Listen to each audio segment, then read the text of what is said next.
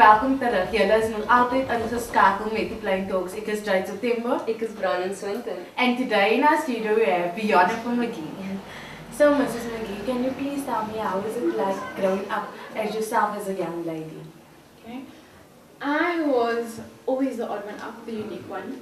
I was raised very Christian, so like I said, my mom was a Sunday school teacher, and so when I was in primary school, I can remember, I used to always kneel next to my desk and then pray. Not a deep prayer, just like that. And then children would always watch me like, what is she doing? So with that, I kind of first checked, is it me? Am I imagining myself? Or is it what I'm seeing? And then afterwards, I just stopped doing it. I was always the one that asked, like, why do you always want to be the teacher's pet? Because my grandma, way back then, you know, you had the bashes, and so you had all this lovely snacks packed in, and then being that the snacks were obviously too much for me, I gave to my peers and my teachers, and it was always like, you just want to be the teacher's pet. So I was always the unique one out, and because I love school, I was like, why do you want to be, why are you doing this? Wasn't it slim this? Kind of thing. So it pushed me in a sense of, I really don't know if I should be myself. Should I just try and fit in? What am I supposed to do right now? Because I was taught to be very accepted of other people, the principles, the religion. So to me it was a normal thing. They do what they do and I do what I do. But it still was a sense of, I do not know where I should fit in. And so I kind of became like a chameleon. When I was with my friends, I was one person. When I was at church, I was one person. So in a sense it's good, and in a sense it's bad. For the people that you work, it's obviously good, because they get the person they want to see. For you, in a sense, you lose track of who you are. You kind of lose track of what your wants is, how you grew up, what's your principles and values. And it took me a long while to get back. Obviously with the divorce, again, it had a knock of, maybe I should just be the follower. Maybe I should just try and fit in. I don't have the sense of when people was talking about, you know, we just playing in gangsterism. I didn't have that. But what I do have was the sense of always trying to belong. And even though you are raised to be, you are a unique individual sometimes, and I mean, everyone wants to fit in. If you look at gangsterism, you give it the name, it's just another sense of people wanting to fit in. People are looking for, where is my group of people? Where is the people I can relate to? So whether it be gangsterism, whether it be a business, whether it be the people with the funky hair, it's just people trying to fit in, trying to find their people. And yes, it's nice to tell a young person to be yourself, be unique, and sure you should be. But we also get the pressures besides the normal peer pressures like drugs and everything else, that there is that need of fitting in. I think that's why social media is so big. It wouldn't have been big if no one is trying to fit in. So yeah, that is my experience of growing up. So back then, with all this happening, did you set any goals for yourself? Again, that changed, right? With how stuff happens in your life. When I was still very young, my dream was to become a pilot.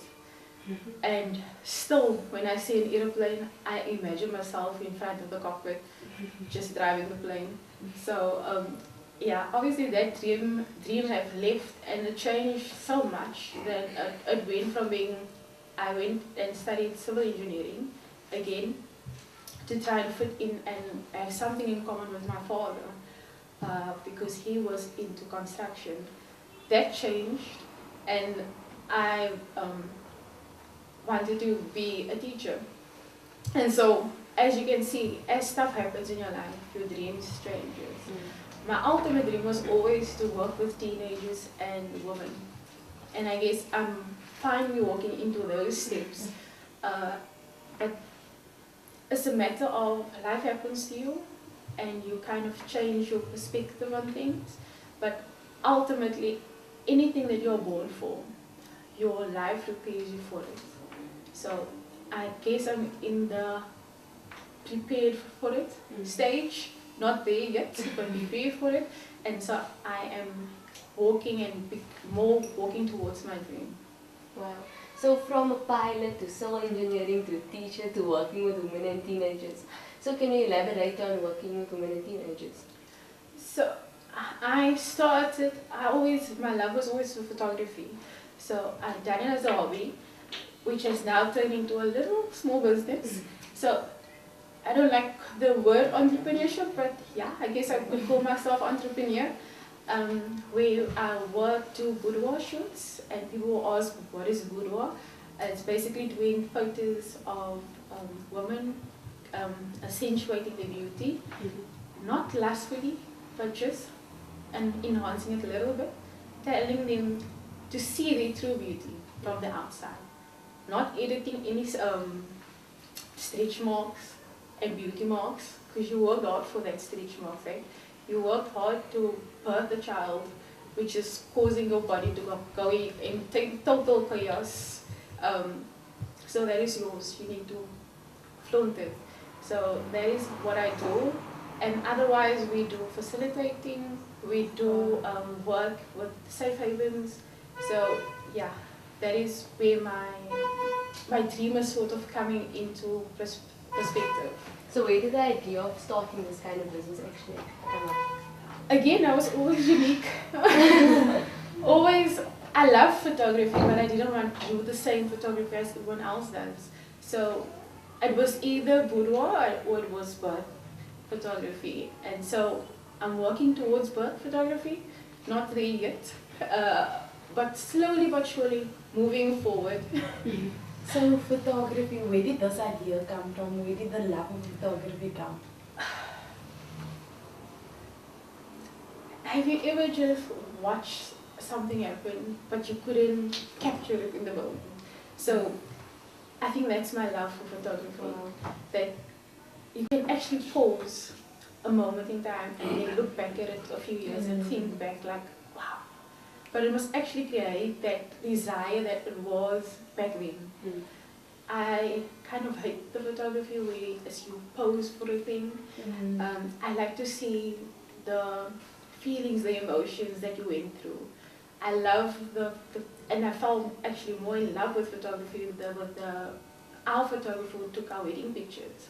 So in there you can still see where we were nervous, where we were happy, where we were so happy that we're gonna go home now. And actually we're happy when you take off the shoes and all the stuck clothing. So I guess the love just grew bigger there. Thank you so much. Unfortunately, another break, but we're not going to leave you yet. Guys, we'll be back. You stay. Don't touch that remote. You stay seated.